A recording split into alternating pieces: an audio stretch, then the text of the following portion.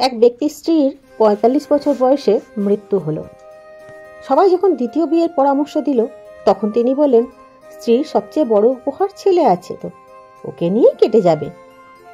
ছেলের যখন বয়স হলো, ছেলেকে সব ব্যবসা বুঝিয়ে দিয়ে কখনো নিজের আর কখনো বন্ধুর অফিসে সময় কাটাতে লাগলেন।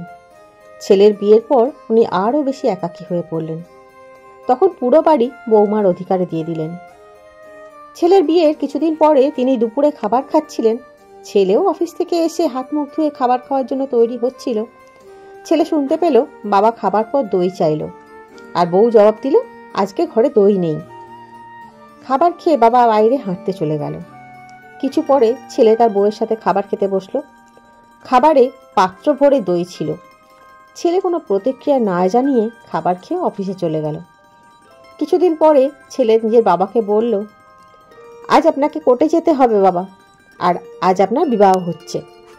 পিতা আশ্চর্য হয়ে ছেলের দিকে দেখলেন আর বললেন, বাবা, আমার আর বিয়ের দরকার নেই, আর আমি তোমাকে এত স্নেহ দিই যে তোমারও মায়ের দরকার নেই, তো আবার বিয়ে কেন?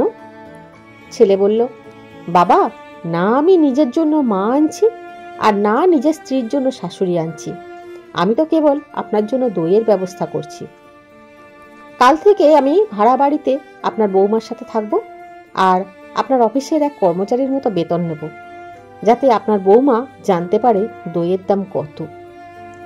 মা বাবা আমাদের জন্য এটিএম কার্ড হতে পারেন, কিন্তু তারা আমাদের দয়ায় না, বরং আমরা তাদের দয়ায় বেঁচে থাকি। এটা বুঝতে হবে।